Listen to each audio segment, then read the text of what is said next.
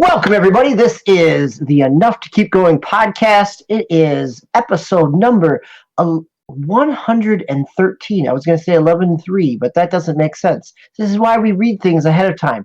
This is the E2KG Network. This is the Enough to Keep Going podcast coming at you every Tuesday evening this is October 1st. It is the beginning of October. And it also means that today is the launch of Destiny's Shadowkeep. I have been sitting in queues. At one point in time, I had multiple screens up with a PlayStation and an Xbox and a PC logged in, trying to see which one would log in first. But anyhow, that is not. I am taking my time, setting it aside here to come and speak with my good friend and co-host here tonight, Agasicles Stamos. How are you, Agasicles? I am good. We couldn't have planned this any better. Like, it's funny that this was not even like the intention when we pitched this whole thing, that we were going to kind of focus on our Picks Place assignment as being about games as a service and kind of going back and taking a look at those and giving some consideration to kind of how those fit in our own gaming schema with regards to it's the holiday release season. We're all in a fervor about lots of the new games that are coming out. It's been not a contentious year, but there's been a struggle this year to a certain extent to fit everything in. Things have come extremely asymmetrically, in my opinion, throughout the year. Kind of releases coming in out of nowhere in really weird months, and we've often, I feel like throughout this year, we've all struggled to say, hey, this is the block of time that I'm opening up and allocating for like this thing. These service games create a similar type of dynamic, and they're actually becoming like big shoulder barges here in this holiday season, disrupting time that we would normally block out for brand new releases. And lo and behold, we assign this as our Picks Plays assignment. Tonight is the night that we record, and we have two of the biggest games as a service concurrently releasing on the same day, with Apex Season 3 and Shadowkeep. And later this week, we also get another game as service with Ghost Recon Breakpoint. Yes, although I guess my feeling is Breakpoint is a brand new game, and so I feel like in years prior, it would have its own space, right? It would be its own big thing. One of the things we're going to kind of peel back tonight is, does something like a Shadowkeep land in the holiday game release season with as much force as an entirely brand new release? So yeah, you're right in that we get Breakpoint, and that's a comparator, right? Does Breakpoint now have to worry not only about other games that are releasing in and around it as far as new releases, but does part of the wind get sucked out of its room because of the release of Shadowkeep and Apex Legends Season 3 earlier in the week? Yeah, that's a great setup. So, yeah, that is our assignment tonight, 2 weeks ago. So this is on the Enough to Keep Going podcast every other week. We come at you with our game experience show. That is our show tonight. It's our playlist. It's our Picks Plays. We give ourselves an assignment in a topical fashion, as Agasicles just laid out here. 2 weeks ago, we knew that things were coming down the pipe, and we wanted to revisit the idea of games as a service.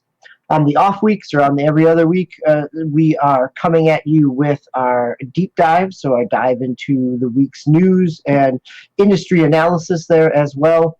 And I want to come back. You are exactly right, I guess, because we could not have timed this any better. And not only is this the launch of Apex Legends Season 3, which was one of those stealth drops that you mentioned way back in February, but also everything that you just said ties nicely into an article that I was reading yesterday on US Gamer about how Destiny, for better or worse, was the article's kind of precept, that it has shaped this generation of game design. And that is very much within this idea of games as a service, as games as the forever game, the game that you log into daily, the game that you keep coming back to, the game that you prioritize over the new releases, that steady drip of game content and achievement. And it is not a new concept, right? I think that it harkens back to EverQuest and to WoW in terms of that idea of giving somebody a way to continue to engage.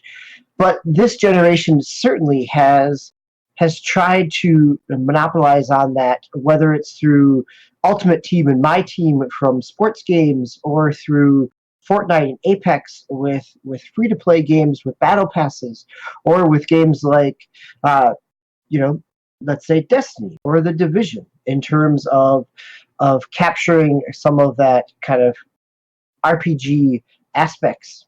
And so that was our assignment. So, Agasicles, you gave this assignment. Did you have a certain game in mind when you set this out, or this is also very much it is the industry as well? So I'm curious what you assigned yourself, and why, and what was your experience? Well, the unfortunate tale of the tape is I'd really blocked a hope to really get back and revisit a lot of games as a service that I've spent time in this year, but had fallen away from and hadn't had a chance to revisit. One of the big things I was really hoping to revisit really was World of Warships, which I found incredibly enjoyable. And again, I'm prior military. I was a history major in undergrad. World of Warships kind of hits lots of big drum beats for me as far as things that I love. Unfortunately, I didn't wind up getting a chance to get back to it. I had also wanted to get back to Dreadnought, maybe to spend some time going back to Star Citizen. None of those things worked out. And none of those things worked out because of the exact thing that we're talking about, playing with the science experiment of how does the desire to get back to those things and the drip drop of new content compare to the allure and lull of brand new releases. So I wound up only getting back to check out Destiny 2, but man, I had a heck of a time in the Destiny 2 walk up to Shadowkeep. I went back, and one of the things I did was I played my Hunter on PC. So I played on PC was where I played. And again, I'm one of these people who, I don't do a big rush to, crunch through the content. It's really kind of only been in recent months, in fact, partially due to Swiss and his wife getting to level 50 with their characters, even though the two of them started well behind you and I had never really given a ton of credit to the fact that you really need to play through the story-driven content, those DLC campaigns, to really guide you right through the obstacle course of what content do you need to hit to get to the levels. I had just kind of always thought, well, it's just a matter of how much time you put in.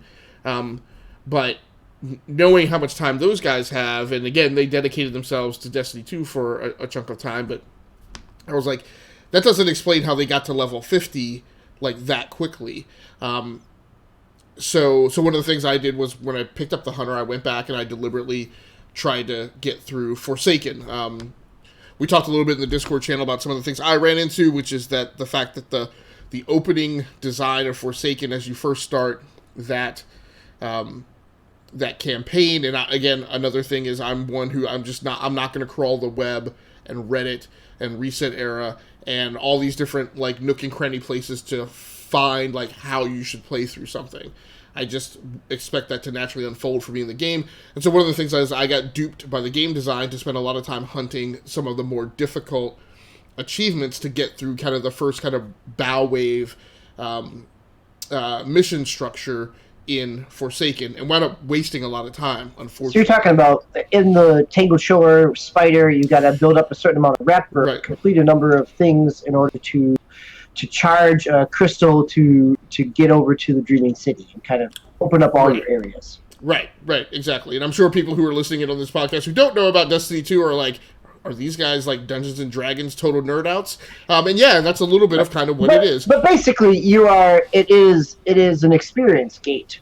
You have to, it's giving you a quest that is not necessarily finish a story mission. It is do XYZ X number of times in order to have enough to open up the next section of content. Yeah, it's very much kind of like a Borderlands mission structure, where it's a job board. You go and pick out a bunch of jobs to do on the board with the intent that you're going to then level, I think, like 5 levels or something like that off of those missions, and then come back to Spider, and then he kind of, in reality parlance, then releases you to play the rest of the content, is really what it is.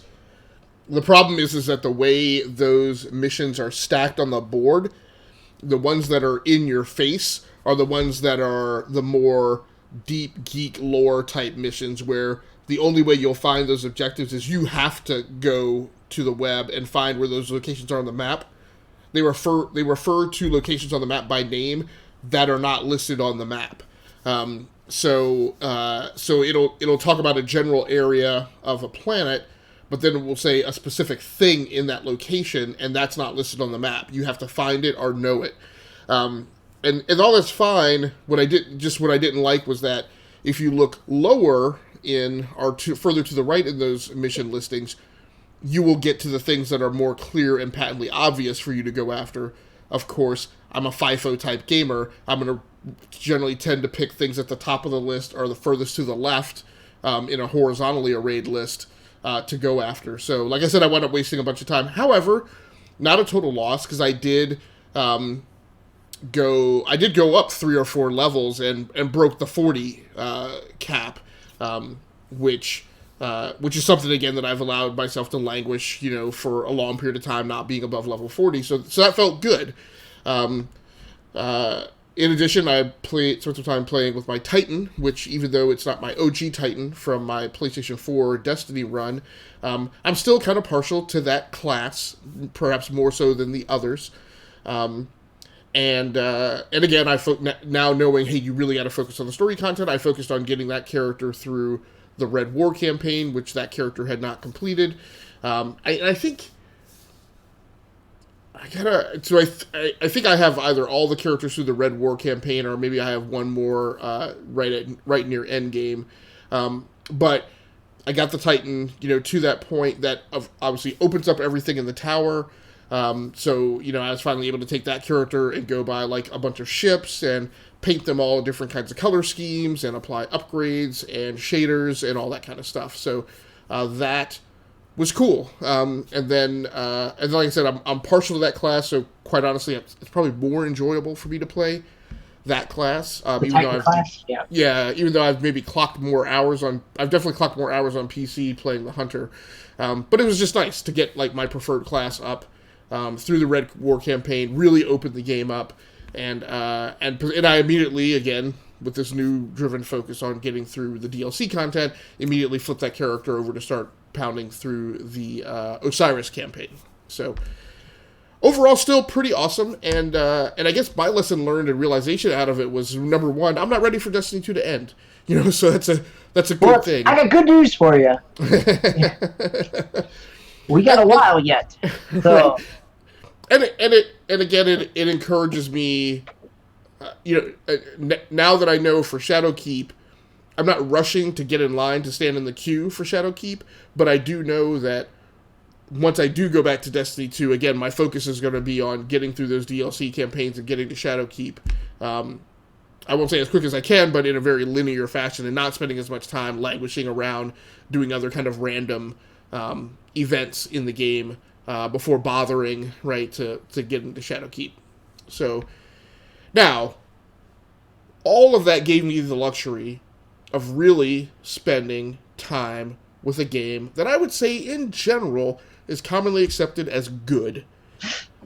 Matt Piscatella, who we both follow on Twitter, the great guru of the NPD numbers, talked about how essentially Destiny is like one of the most successful games, over the last 6-7 years, or 5 years, since 2014. What I didn't say back to him is, and yet people still troll it as if it's a failure, but it's one of the most fiscally highly performing games on the market. And fairly well critically reviewed, even though, like I said, we have our trolls and naysayers. You, however, bit the big, bitter penny and went after something that I don't think is good. So what was your experience picking up Anthem for your assignment. That was a heck of a setup to get back into Anthem. Yes. So I mean, I didn't take Destiny because I've been playing Destiny 2 all throughout the last year, right? I've got 2 characters up into the mid 700s, so I was kind of hit that part. I spent the last couple of weeks clearing out some side mission stuff, getting ready for the expansion. I had my 3rd character is only level 7, and I'll come back to that character when we talk about what I've been playing. And I have Division 2, and so I figured I was going to go back and play some Division 2 and play some Anthem. And truth be told, I didn't get, similar to you, my eyes were bigger than my stomach, and I didn't think that I didn't have time necessarily to get back to the Division with all the other things that I was playing. But I did spend some time on Anthem, both on Xbox One X and also on PC. And I did this because it was, one, our assignment was about games as a service, and Anthem really was this kind of boardroom hodgepodge of a games as a service creation, right? Like, we threw BioWare into the mix, and they were going to come at this with some story, but EA said, no, it's got to have some games as a service, and we've got to have some leveling and give people a way to continue to engage. And through the blender multiple different times came out Anthem. And if you read Jason Schreier's article on the Anthem development and the tumultuous development there in terms of they had a great gameplay hook and a loop and trying to figure out what the actual game was, it was part of Anthem's problem, and it unfortunately is still part of Anthem's problem. It is a fun game to play. It is not necessarily a well-designed game experience. And I said this back in February when I played the EA Access, trial, and I still feel this way even coming back to it. It is more polished. It is faster certainly on an SSD. It is faster in terms of loading screens, but the general setup and challenge that Anthem faces is still the same, that you have this first-person kind of static bunker world with, where you are wandering around and collecting missions, talking to people, getting, having, quote, dialogue trees that really only add a little bit of flavor text and don't necessarily change the outcome in the way that people were familiar with BioWare games. But at the same time, once you get out into the world, you have this fluid, free-flowing, dynamic combat with charges and detonations and a variety of guns and movement that is still just enjoyable. So I jumped in and I played some. This was toward the end of the Cataclysm. So the Cataclysm was something that was supposed to launch back in their first act. It was supposed to come out sometime toward the end of May. It came out sometime over the summer, and it kind of still lingered around. And then it was only supposed to be a timed event, and they gave us a deadline of the last couple of days of Cataclysm. And that came and went, and Cataclysm's still there. They pulled out a few things out of the loot pool, changed a couple of things in terms of not making it as rewarding in terms of high-end gear. But in terms of a game activity, Cataclysm still exists. And in part, it still exists because Anthem really, back to what you were saying, Agasicles, they struggled in terms of figuring out how to patch this game, how to get it up and running, that it was rated, and understandably so in terms of the state that it was released in. And so Cataclysm was one of the few new pieces of content that they've added since February. So is the gun loop, is the weapon improvement loop, the collecting, the looter shooter aspect of it, is it any good? Good. So the gunplay is fine. The thing that Anthem did really well and still does really well is the powers, right? Like, if you were played a Vanguard class or an Infiltrator class in Mass Effect where you've got like a push mechanic, or you're charging somebody up or lifting them up, you're doing different things. So that type of combo aspect. So that still works really well. And that is kind of a 1-2 punch. And if you get into a group, it becomes, a 6-7-8 combo. I mean, you're all kind of attacking an enemy at the same time with different. So there is this kind of combat. You do get more stuff, and Anthem's issue, and it's still the case, is that you don't really see what you got until toward the end. You pick it up. Go ahead. What were you gonna say? Does the power leveling, does it feel as good as BioShock? Not to the same degree, because you don't maybe have the same amount of manipulability over some of the landscape and the environment. I think there is some of that, but not to the same extent, and in part because the world is so much bigger that it's designed to rein you in a little bit more than BioShock, where you could spec something out to be pretty powerful. Right. Is it better than Borderlands? Because for instance, in Borderlands, we're going to talk a little bit about the Borderlands franchise tonight.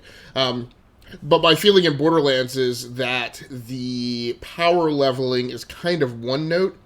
Like, you really, in Borderlands, your character really kind of just gets that one core main power, and then you kind of vary the theme of that throughout the course of the game. Like, I'm playing OG Borderlands now.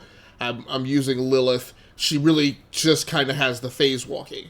Now, the phase walking diversifies a little, explosive effects, upon phasing and when coming out of phasing and blah, blah, blah. When you're the soldier, he pretty much just has that turret. And again, the turret, variates. And then the same thing for Mordecai, who basically just has the hawk. Is it more than that singular theme? And I think because it's not singular, because you have two different powers, it allows some variety.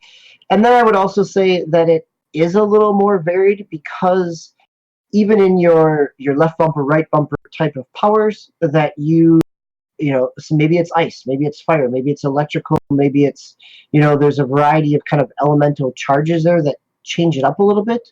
But it's still kind of the same. It's not that different than, I've been playing Zane in Borderlands 3, and he has the ability to map two different skill sets, two different powers. So it does kind of feel similar to that. I think the reason it feels both different but maybe not as successful is that it tries to do too much with it. Where Borderlands, that loop is maybe a little at this point, and it's you know what you're getting.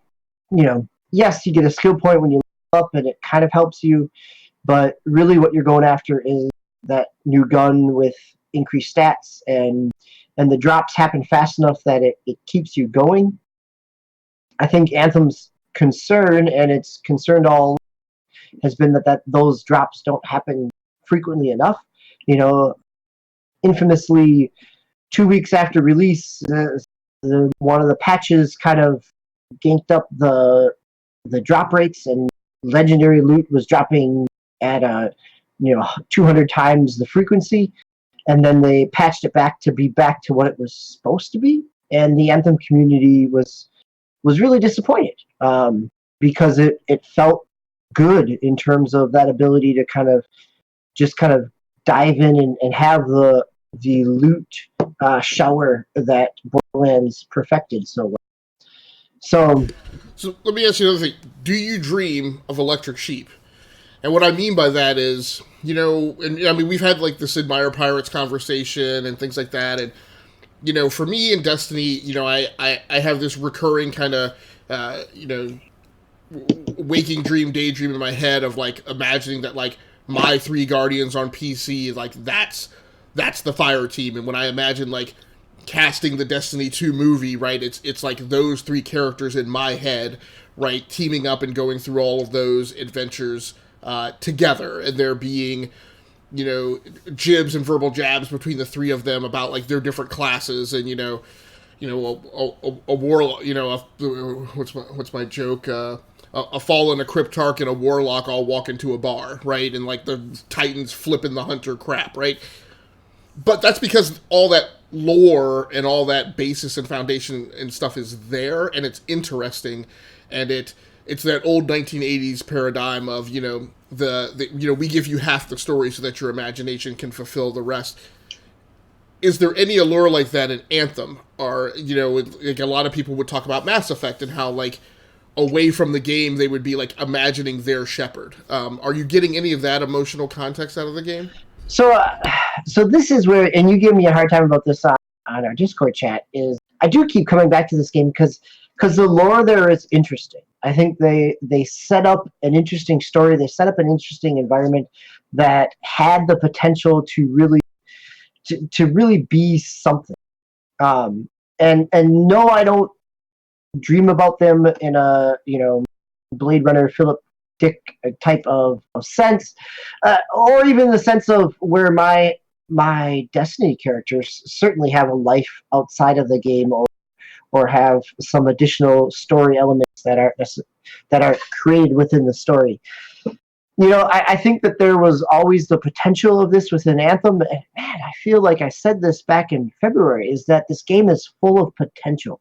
But I all that said, I enjoyed what I played, right? And I think that it felt different this time. I played a little bit on Xbox, and it crashed on me. Too many particle effects going on, along with everything else, and weather effects, and it crashed on me. So I moved over to PC. When I first played this on PC, I was running a 1050 Ti. Now I'm running an RTX 2060. So it sure looks a lot nicer and runs a lot smoother. The thing I found on the PC that made the real difference for me is that and similar to Destiny, is I increased the field of view. So rather than being so tight up against the character, I broadened that out, got a little bit more of landscape. And because it's now part of EA Access, Origin Access, there were a lot of people in. Matchmaking was relatively easy to get into a story mission. And it was a lot of fun. I mean, the gameplay is fun. It's fun to fly around, explode things, shoot at things. That is fun. It's the story around it. You're talking about the grind of Spider. Anthem still has that grind of kind of mid-game where you have to go unlock X number of chests all around the world, which really just is gating things to slow down the pace of the limited content that they created.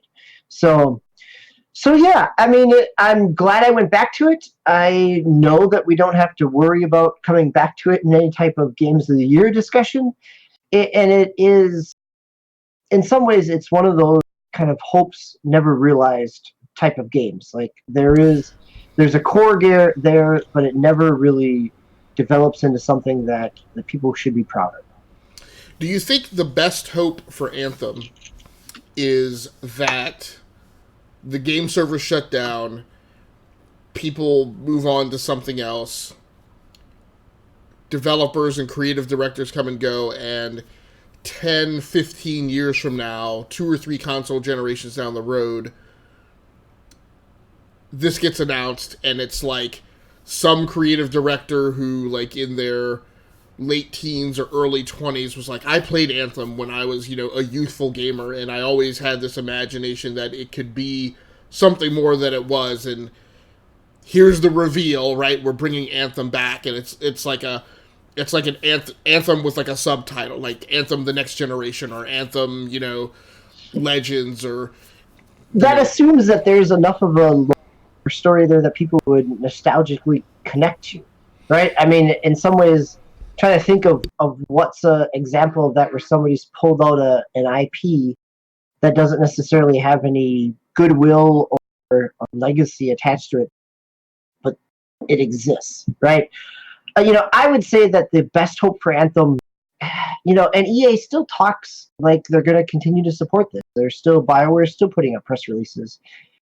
Probably the best hope for Anthem is that whatever the team is going to look at the next Mass Effect type of game, that some type of sci-fi BioWare game takes this flight engine and some of the open worldness and just the movement maybe not even the open worldness, but the flight engine and incorporates that into whatever they do next, right? I think that they've created a good engine. Well, they've forced a terrible engine in Frostbite to actually do some really interesting stuff with fluid flight, and hopefully they can build on that something else. So it's still installed on my. It is no longer installed on my Xbox, but it's still installed on my PC. Probably go back and play around with it just a little bit more but it's one of those where it's like I can pop in for 20 minutes and be like, oh yeah, and then go back to Destiny, where I really find like not only am I enjoying the loop, but I'm enjoying the loop as well. So the last thing I want to ask you on this, do you think that there's a chance that Anthem makes the jump to next gen and experiences a No Man's Sky level of rebirth on that new platform? I think that No Man's Sky has showed us that things are possible. That No Man's Sky has reworked itself in meaningful ways, that it is not the game that it was when it released in 2016. And Anthem, I would think, if it could figure out what to do with the rest of its story and hub world, or even just jettison it in general, and stick with the actual mission-to-mission type of thing, I think that it could probably be more successful than how the hub world kind of kills its pace. And so I'll say this, and then I'll move on. I played the Anthem alpha. I was there from the beginning, excited from it, and one of the things that concerned me right from the get-go was the change of pace from the flow from combat to this glacier pace of first-person story aspects. And, and it still exists. So I think that there's still ways that they could do something with it. Whether or not there's enough of a revenue stream to do something with it is the better question. So it sounds like our takeaway from this, and kind of the lesson learned, and the what we've explored and what we found, is that it's actually pretty effective when you think about it in full circle. I think what we've seen an example of where a game that is a game as a service really shakes up and disrupts the holiday season. Right? We've seen it all over the place. You guys have been talking about it in the chat.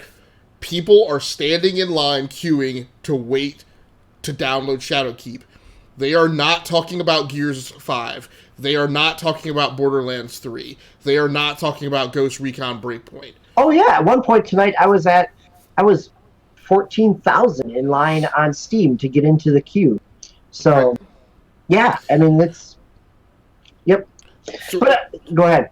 So it's clear to me that games that are games as a service can do what they set out to do, which is that DLC drop has near the same level of import as a lot of new releases. Yep. By the same token, I think we've seen the other side of the coin in your gameplay of Anthem, which shows a game that, regardless of the level of effort of the devs, regardless of the oomph and push behind it, can wind up falling flat and tone deaf, and its content drops can not have that effect, and they can be easily overshadowed by new games that are coming out. That is a nice segue into Shadowkeep as well, right? No, but I think you're right. That idea of that when done well, a game can re-engage you. I mean, I think, Minecraft certainly has done this, right? It has brought people back time and time again. Fortnite has been able to bring people, keep people, but every new, whether it's mechs or now Batman, that it's bringing people in to explore and play a little bit. In some ways, the annualization of sports games is the equivalent here, but we haven't really seen them turn to games as a service yet with sports games. So, but let's move on to what else we've been playing, because we've got lots to talk about. Already extinguished half of our light, Guardian. So Speaking of sports games, I did get a chance to play a little bit because I am an EA Access or EA Origin Premier member. I ponied up the $100 for Madden, and really for Madden and for the Star Wars Fallen Order, which I knew I was going to buy one way or the other. So, but it also means that I get to try a little bit with FIFA and FIFA 20. FIFA 20 is PC, Xbox, and PlayStation. I had a chance to play a couple games in the kind of street ball, playground, parking lot type of soccer, 3-on-3. I haven't played a soccer game since the original Xbox, so my skill and strategy knowledge is relatively limited. But it also meant that playing the 3-on-3 was incredibly user friendly and really accessible. So it's a lot of fun, really fluid. Mechanics feel good. There's a little bit of weight to people, and it's not so floaty. And this is a new addition to FIFA in terms of the street ball piece. And it's over the 2 weeks, I've come back to it and played a couple games, something that I have kept installed. And while I'm playing a game a night of Madden, I've every once in a while come back and play a little bit of FIFA, because the 3-on-3 aspect, similar to how I engaged with NBA Live the last 2 years with kind of the playground ball, is a little looser, a little more free-flowing, and allows you to kind of play a little arcadey experience with your sports games, which, for better or worse, is kind of missing nowadays. Yeah, as you talk through that, man, I imagine, like, gosh, I would love to see the EA Sports Big sub-brand come back. Yep. Like, FIFA would be such a great title with the reinvigoration that we've seen of, like, soccer, of, like, this mainstream soccer game among U.S. audiences over the last, 10 years or so. Like, man, an EA Sports, FIFA Street game, an EA Sports Big FIFA Street would be so excellent right now. Particularly if you take that thing and you put it on the Switch, because one of my big PlayStation Portable titles that gave me so much value out of it was NFL Street. And I think there may have been 2 iterations on PlayStation Portable. Yes, there was. Yep.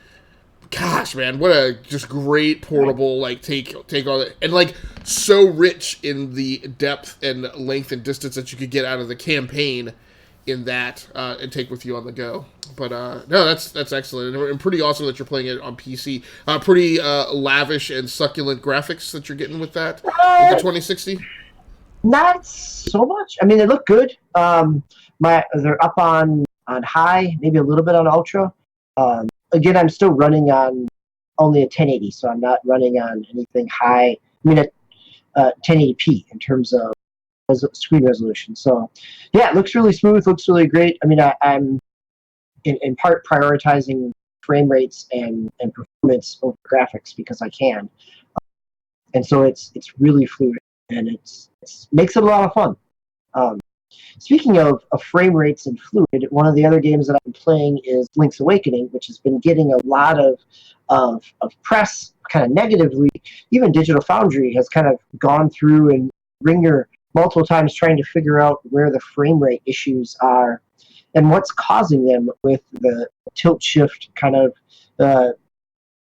diorama aspects that Link's Awakening is trying to do. And so there's a lot of frame rate drops that drops down sub 30, sometimes around 30, runs mainly at 60 but drops down around 30 in overworld sometimes.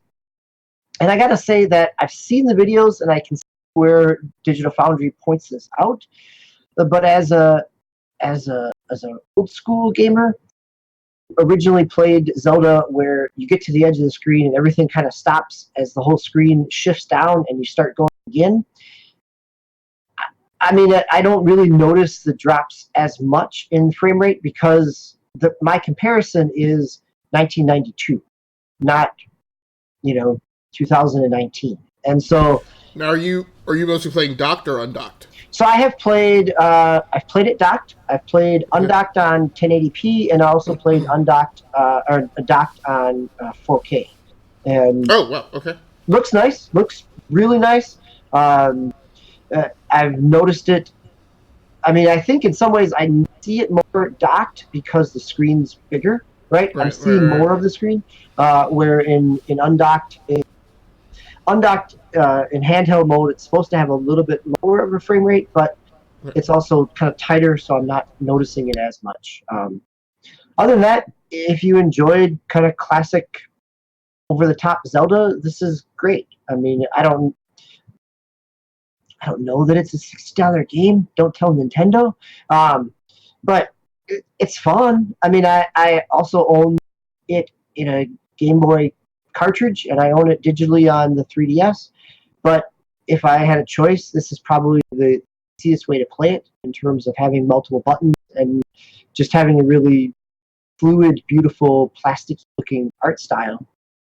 So those are two games that I've been playing, kind of getting some new stuff out of the way. But you've been playing some new stuff for Switch as well, but not necessarily a new game. So you picked up Divinity Original Sin 2, is that correct? That is correct, yeah. And I've only gotten about maybe an hour into it. I was live streaming it, and I'm playing around with Voice Meter, and also was trying to use my Cam Link, which I think I've come down on. My Elgato Cam Link doesn't run very well with the Panasonic camcorder that I was trying to integrate it with. Because I tried shifting it around and troubleshooting it, and I've gotten the Cam Link to work good with some cameras, but now I think it's a compatibility issue. So I struggled through that while trying to play through Divinity Original Sin 2. But it's interesting. It looks good. It's kind of, unfortunately, one thing that becomes a, when that screen first comes up on a Nintendo Switch game, that's kind of the first litmus test, right? Is like, are we going to get ugly Switch, or are we going to get pretty Switch? And that's more so a parameter that comes up for evaluation when it's a third-party title. But yeah, it looks good, at least in its opening. The story and the levels, at least in the first hour, that I felt were a little bit not quite as deterministic as I was hoping. I spent a little bit of time like going back and forth on a level trying to figure out like where the heck am I supposed to go now and what the heck am I supposed to do. Did you play this on PC prior to this, or is this a whole? I've only picked at it a little bit on PC, okay. And really, this is my big problem with the Divinity franchise. Is, let me see if I can get this right. There's Divinity Original Sin. There's Divinity Original Sin 2. There's Divinity 2, which is different than Divinity Original Sin 2. So I've paid. Don't we get Divine Divinity in there as well? It could be. Like, I've played bits and pieces of Divinity. I have a very hard time keeping track of, like, which and what I've played. So, yeah, certain elements of it were a new experience. And the big thing with the Nintendo Switch is, I don't know what it is, and maybe it's me. Maybe it's every time the tutorial, like, do you want tutorial stuff comes up, I probably tend to hit no. There's a whole tutorial level in this game. But you could quickly exit it and move on. So there's similarities to it in the opening to Baldur's Gate 2, whereas like you wake up, you're not a prisoner, but you have been like shackled to a bed or whatever, and you're awakened by I can't tell if it's your captor or somebody who's trying to help you, who comes in and basically tells you to do some things and then come meet her up on another level. So you run around. So I'm fairly disappointed that in the first hour I haven't gotten a weapon. I'm very confused as to like what the nature of my character is. I picked a ranger, but the ranger has like a ton of spells like right off the bat. And I'm like, that doesn't seem D&D like at all. Right? Yeah, right. And Divinity is definitely not formal D&D. It's its own RPG system, but. It's just weird, and then like you get thrown into your first fight when you don't have weapons, and I'm like, what is the point of this? Like, is this like a deliberate encounter to force me to cast spells? There's nowhere in the level did I come across like a bow and arrow or a sword and shield, so it was just kind of a strange opening mission structure to me. I've moved on past that initial tutorial encounter up to I guess the start of the adventure proper by leaving the tutorial level and going up to meet this person who woke me up, and that's where I kind of left off. But and then the spells, I want to say there was only one spell, which was at the time that I had that was an offensive spell. So basically, I spent the rest of the time just punching this. We just spent the time punching each other. Now he was able to cast some kind of like fireball or fire pool spell that set me and like several dozens of square footage of the floor on fire. So it didn't quite feel fair, but I survived the encounter and I basically beat him to death, which again, effective, not necessarily satisfying from a gamey gamesmanship perspective. And again, it left me just kind of feel like, what is the point of this? But again, the game looks good. I've only played like the first hour. It obviously has a huge cult following, so it's definitely not something to sleep on. It plays fairly well on the Switch. Probably the most interesting thing for me in making this selection and playing it is the Switch is quickly becoming my RPG system. Because number one, I'm probably the aberration where like my biggest thing that I want to support on Switch are the third-party titles. When I see like a core, and I hate to say maybe aggro / masculine, dude-framed game, maybe that's not even the right way to think about it, but I don't know what to call it. But like so Grid, right, is another game that I bought. I'm like, sure. Great third-party racing game, Codemasters. I would argue Codemasters arguably laying claim to being the best development shop for racing games right now. I would say at least the most consistent in terms of. Yeah. I would definitely throw Turn 10 and Playground up there, but obviously they make console exclusives, and it's nice that they're getting across to PC now. But in the span of a year, you have Codemasters put out Dirt Rally 2.0, F1 2019, and a port of Grid Auto to the Switch. Like that's big. That's a lot of racing content. It sure is. So again, my big thing is supporting third-party titles on Switch. And when something like Divinity Original Sin 2 shows up, I'm like, I'm going to buy that because that's the kind of stuff I want to show up on Switch. The Switch it's nice and it's great that it's a Nintendo mascot platform. That's not why I have it. So I have that. I have Pillars of Eternity, the complete edition, which also came out earlier this year, and there's one other RPG-like title. Baldur's Gate and Baldur's Gate 2 and Icewind Dale are now available. Yep, Planetscape is coming as well. Right. Neverwinter is coming later this year. Yeah.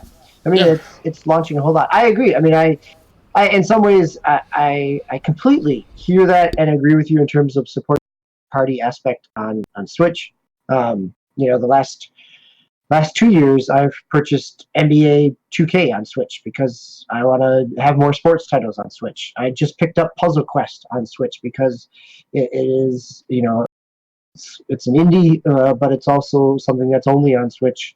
And yeah, I think I've got Dragon Quest XI coming from GameFly, and I've got I'll probably make a choice between picking up and sticking with and buying either Link's Awakening or Dragon Quest, and truthfully I'll probably end up buying Dragon Quest not only because of the length of the game, but also because it's a Square Enix third-party game, and I want to make sure that they're continue to support the Switch as well. So that's a good point. So what else have you been playing? You mentioned earlier that you were playing some Borderlands. What got you to go back to the Borderlands original, the Game of the Year edition? So I'm assuming this is the Game of the Year edition with the 4K patches and the quality of life stuff in terms of mini maps and other pieces. Why did you go back to this rather than pick up Borderlands 3? Well, I have picked up Borderlands 3 as well, and so I'll join you in that conversation on it a little bit here to compare notes. So part of it was part of the ramp up, the walk up to the release of Borderlands 3, which was I wanted to break out Borderlands and spend a little more time with it. Borderlands is, because it's largely gun porn, it's just one of those things that is on my PC hard drives, and it's very quick for me to pull it out and play it for 15, 20, 30 minutes at a time and get some enjoyability out of it.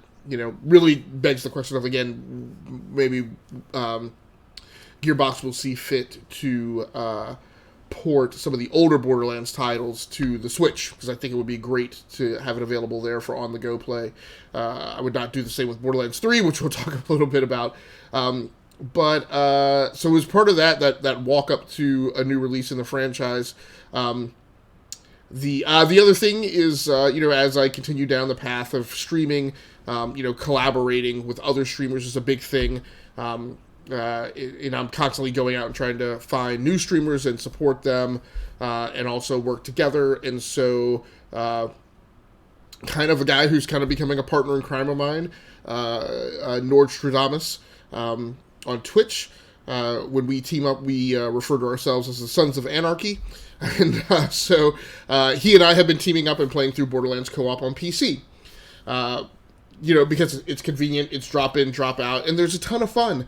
And even though we're crunching through like the core story, like we know that we wouldn't have to, right? If we wanted to just kind of play asymmetrically and go off and do a bunch of crazy stuff, we could. So that's a lot of the reason why I've been going back and playing through OG Borderlands. Yeah, I think you're right. I mean, it really is that, it is easy to drop in. It's easy to only play 15 minutes and feel like you've accomplished something. But from my Borderlands experiences, to a pre-sequel and now 3, it's also something where it's also pretty easy to lose an hour or two of time once you get into that loop of, I'm pretty close to a level, I'm pretty close to a skill point. I just got to get up and over this new area. So, I've had a chance to. Go ahead. It's been interesting to study it as a student of the industry too, right? So last EX show, I talked a little bit about having played Red Faction Guerrilla Remastered, which is a very interesting historical look back to look at the franchise, or a game which really kind of started nailing the open world game design. Sure. Yep. Very much so. When a lot of companies were struggling with it. Borderlands is one. OG Borderlands is one that you can look back and you can see the beginnings of that DNA of the looter shooter that eventually, Destiny would eventually start to lean on, and lots of games that have come since. So, and it's enjoyable to kind of go back and look at that and look at the positives of it, and some of the negatives. One of the things that's not great about Borderlands is the inventory management system. Oh, yeah. And you get a ton of guns, and it's great, and it's awesome. I'm a person who, if I have 12 guns, I like to spend time with all 12 guns. It's very difficult to do that in Borderlands. What I've eventually landed on is what I will do is when I go in to swap guns, is I sort them on manufacturer. And that's the only, that compartmentalizes them into short enough chunks that I can remember, okay, let me arm all my Jacobs. Okay, I only have 2, then let me move on to my Malawan, and I arm my first Malawan. Now when I come back to the screen, I can remember, okay, I left off at the first Malawan. But when they're all just sorted top to bottom, number one, I've never been able to tell what filter is they're sorted on. I don't know if it's damage or what. You can sort them by weapon type, but then I feel like the buckets are too big because you wind up with 12 assault rifles, 5 submachine guns, and I'm like, what was the last assault rifle I armed then? Because the guns, while they are memorable in their impact and from their color scheme, you could never remember the name of them. The names are just always... Yes, I mean, in some ways, because they're randomized, names are not something you're sticking with. You may stick with the manufacturer because you know certain traits. Certainly as Borderlands 2 and 3 now, some of those where if you reload it, you throw it as a grenade. I have to catch my breath here for a minute because everything you're describing still is true for Borderlands 3. That's the thing. Okay, so I'm level 9. I spent the first week of Borderlands 3 release. I played it on PlayStation 4. And the inventory management issues that you're describing for the original Borderlands 10 years later. Oh, not quite. Borderlands 1 came out October 20th of 2009, so we're not quite there at 10 years. But we're close. The inventory piece is still not intuitive, is sloggy and laggy. It is something where I know that my hour count on Borderlands 3 up until this point is probably higher than my actual gameplay count because I've spent so much time not only in the inventory management but also in the map screens and as much fun as I can have with the actual gameplay, similar to our theme with Anthem, that there are game design elements around the core gameplay loop that really have hindered it for me. I mean, it's yeah. Go ahead. But I guess I'm a little bit of a different opinion. Like, Good, I think there are some improvements in the inventory management system. One of the things you get now in Borderlands 3 is the guns are just ranked. They just get a score. And so each weapon, like my top 2 weapons, and I think we're close to the similar level. I think I'm 7th or 8th level. Yeah, but you get a score, but the score doesn't always translate to the highest damage, right? Because sure, but that's okay for me because I'm always somebody who looks for that composite or aggregate score. Okay. I don't know. I haven't been able to tell how much of a difference that makes in Borderlands 3. I know in the Division 2, it's a big deal because your highest scored weapon is often not necessarily your best in terms of your gameplay style. I will also say in the Division 2, a thing that is huge is you need to have a varied loadout. Like, if 2 shotguns are your most powerful or your highest scoring weapons, you don't want to run around with 2 shotguns and a pistol. But I would say that's true here in Borderlands 3 because of the ammo as well, right? Like, if I'm rocking 2 different hand cannons, that's the only ammo I have, and I'm going to through it pretty quickly. I have, there were times when I had 2 assault rifles that were probably my most powerful, but I didn't equip them both because I needed to be able to trade off, and because the ammo management aspect is still a real component of Borderlands, right? And there's I gotta say, when I first loaded up Borderlands 3, I had this wave of like coming home to an old friend or going back to my hometown bar where I used to hang out. I don't know, right? I mean, it's Cheers. Who knows, right? But there was this familiar feeling like, oh yeah, there's a pat on the back. It's a arm around my shoulder. It was like, come on, we're Borderlands. Let's go have some fun together. And it worked, and it does work. But the more I played it, the more I realized, oh well, and maybe it's okay, right? Maybe it is just fine that it is not as rounded edges and smooth as something like Destiny because you appreciate pieces of it in a different way, right? It's trying to be a different game. It's trying to be itself, and it doesn't have to be this gradual ramp up. It could be, it is designed to be Borderlands, and it does that well. So what are your thoughts about it? How's it running for you? What do you think in terms of... I don't know that I want to talk about... I mean, let's talk about how it's running. That's fine. Yeah. So just to wrap up my bit about the inventory management system, I actually found my initial gut reaction to the you can only arm 2 weapons at a time thing was... I felt like, what the heck is that? But actually that... Well, and really now that I even think about it, there's something about the presentation of it that made me knee-jerk and feel like it was different from Borderlands. It's actually the same. You could only arm 3 weapons in the opening rounds of Borderlands, and I think maybe that 3rd slot, when that actually gets added as you level. The 3rd and 4th slots have been added over time as you level. Yeah, I mean, that's a pretty consistent Borderlands loop there. Right. So I don't know. I don't know. I felt like there were aspects of the presentation that make it a little bit more manageable. I think what you just brought up, the way it's running, I felt like is the most disappointing thing.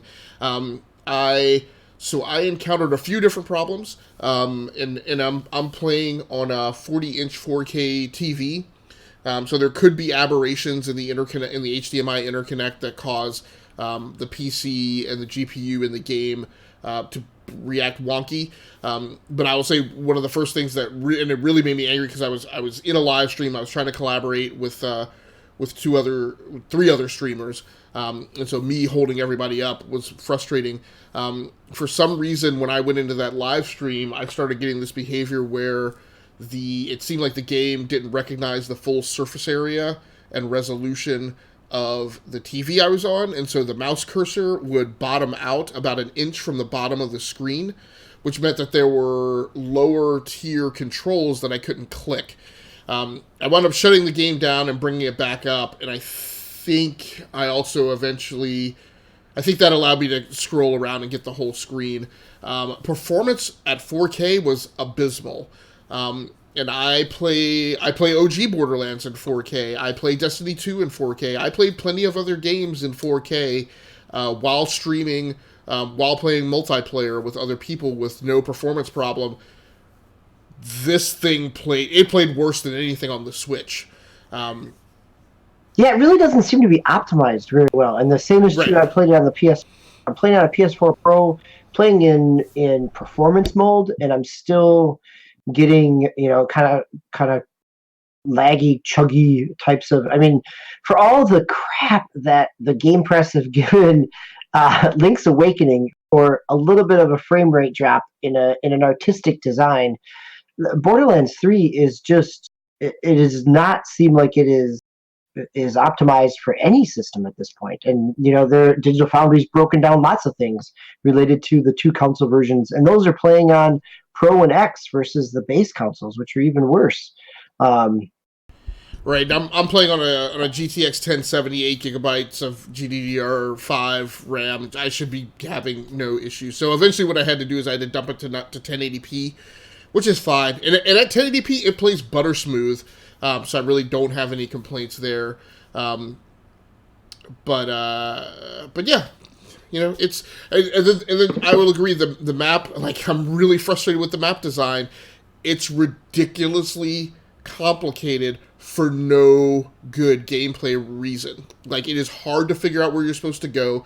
It's hard to figure out how to get there. It's always been a little bit of a problem with Borderlands, as you mentioned. Like, there's all types of goofy, like, overwalks and catwalks and edges of mountains and stuff that you have to traverse to get up to a place.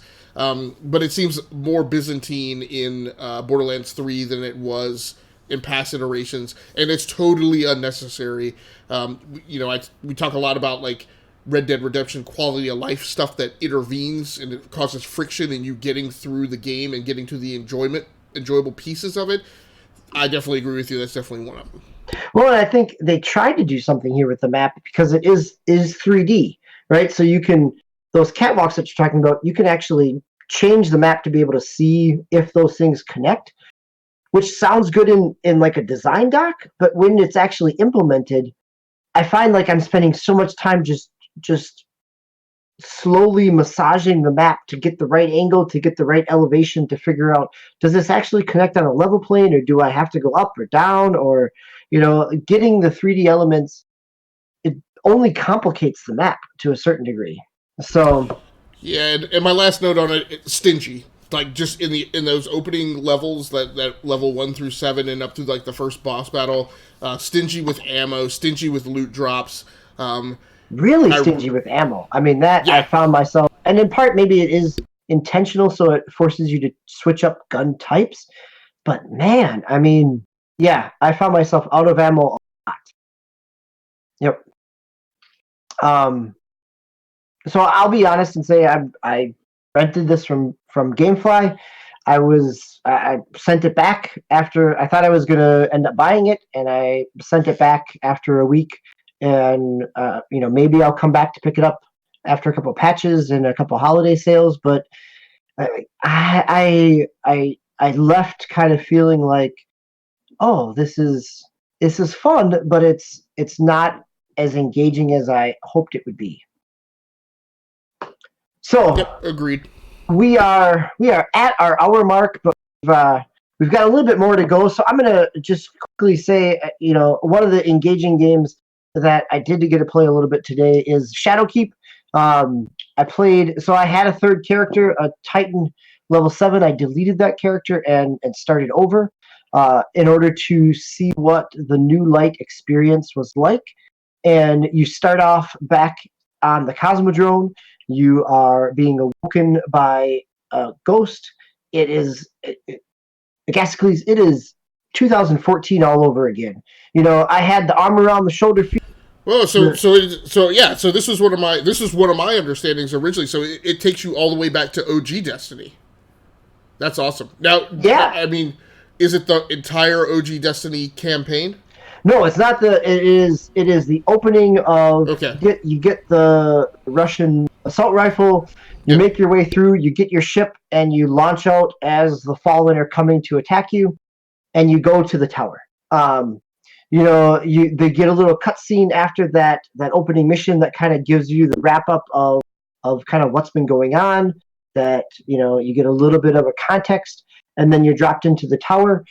But even at the tower, it's a different experience than my 700. Everybody's 750 at this point, but my upper level character. As an intro character, you got to go around and you talk to Zavala, and he gives you an intro mission to go on a strike or do a nightfall. You talk to Ikora, and she gives you a mission to go down to the EDZ and explore a bit. So they do some onboarding for new players. Here, that is it seems to be working in terms of ramping things up, of opening things up. They did some changes. I think one of the nice things about New Light in terms of the free-to-play piece of it is that everybody will be into the strike pools, everybody will be into Gambit, everybody will be into Crucible, so it should keep the populations quite a bit there as well. So after that kind of Destiny 1-ish onboarding, then do you have access to the Red War campaign from Destiny 2? Not yet that I've seen. I mean, Okay. So from what I've read, that you can go back and play those, right? That everything is, all of Year One's content is available. I think that probably opens up after I kind of do the intro missions in terms of getting you down to the planet to strikes. I'm guessing I'm going to have to do a Crucible thing at one point in time, like you usually have to. So we'll see. Yeah. Okay, So very cool.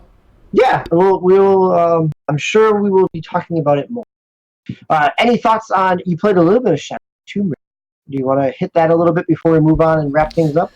Yeah, I won't talk too long about it because we're over time, but I'll just say incredibly fun. Like, if you have an opportunity to go back, Shadow of the Tomb Raider to me is the story of Torchlight to Diablo.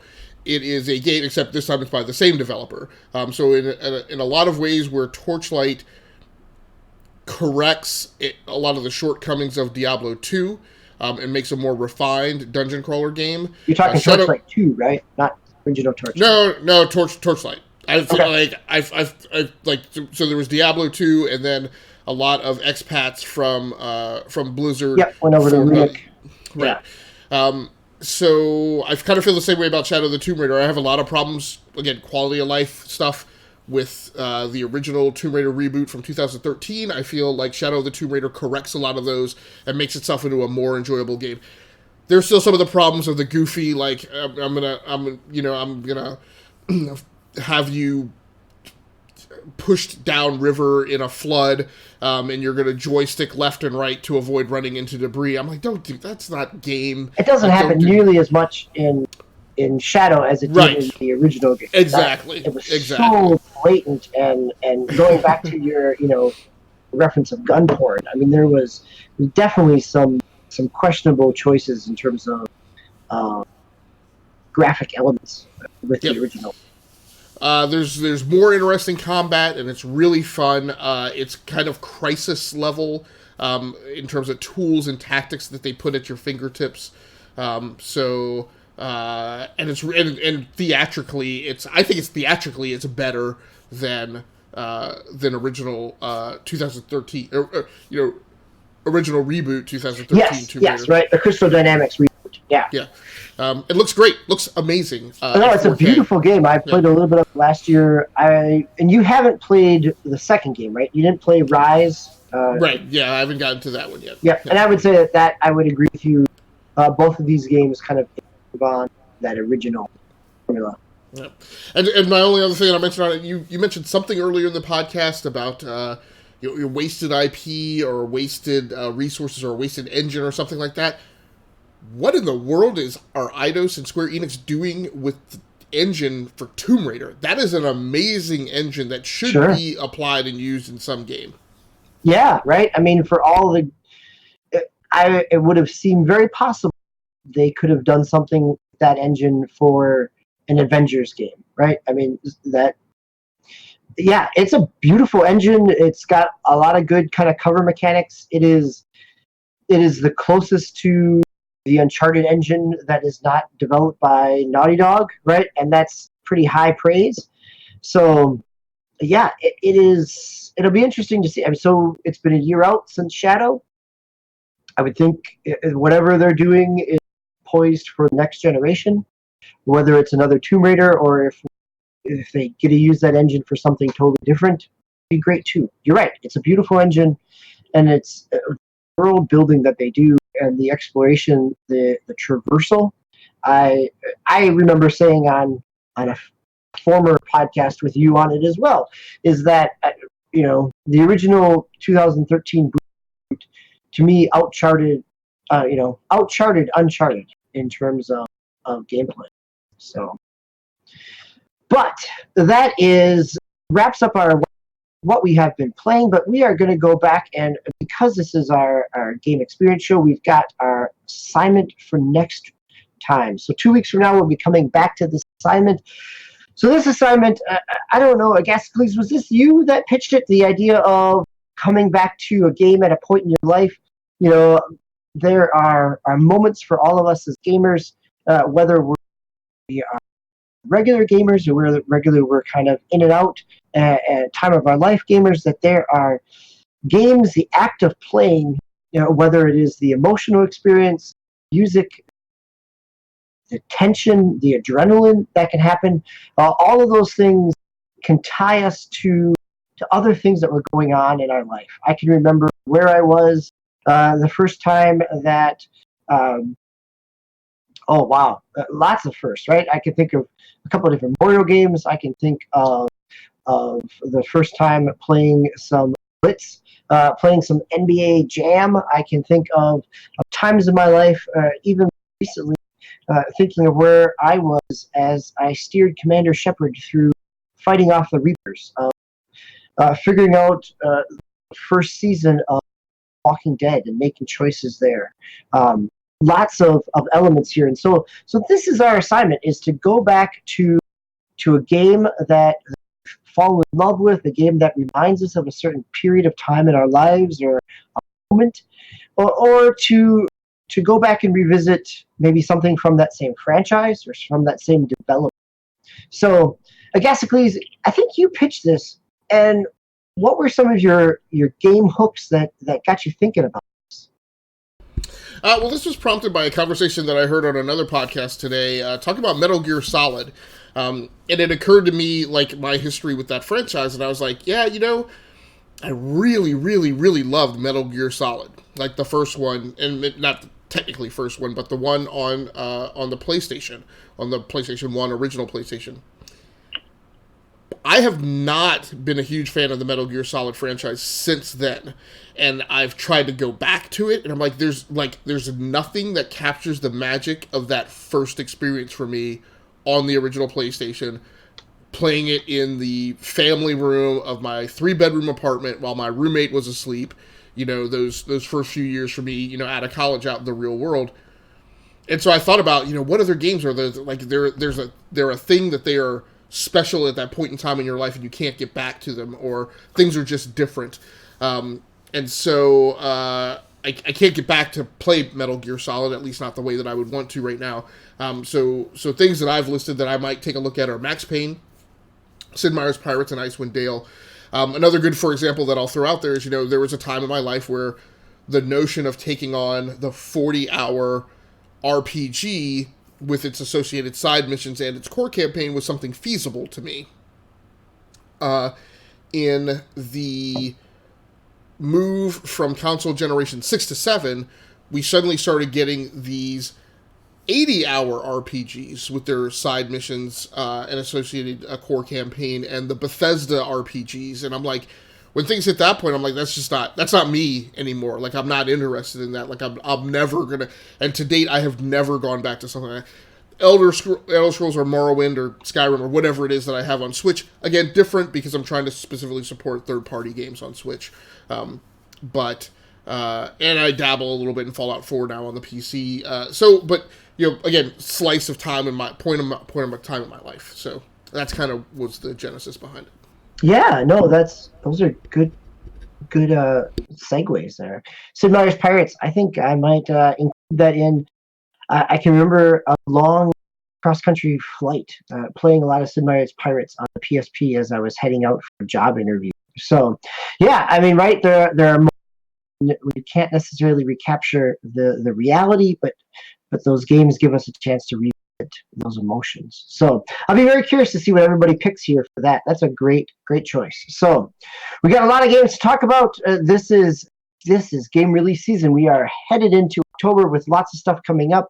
So I'm sure by the time we get to 2 weeks from now, we've got lots of good information and good games to talk about, or at least games to talk about. Whether or not they're good games is a whole nother question, but that is why you will come back to join us every week here on the Enough to Keep Going podcast. Whether we're talking about what we've been playing or whether we're talking about the state of the industry and where things are at, there is always good conversation to have. So we hope you'll join us not only here on the podcast, but also on our on our social media, on Twitter, on the E2KG Network. We've got a Discord channel up. If you're interested to join us here, that's great as well. So, Agasicles, any housekeeping duties to wrap up the show? Nope, not at all. It's holiday season. Stick with us to the end of the year. It is, and it is Destiny time for me. So, ladies and gentlemen, it's been a good night. I'm glad you've been here. Thanks for the conversation, Agasicles. Appreciate that. Next week, it will be a deep dive into the week's news. And until then, it is for myself, DBq Hams, and Agasicles Stamos. Again, play the games you love who you play with, and always try to make your games, your life, and your families a better place. Good night.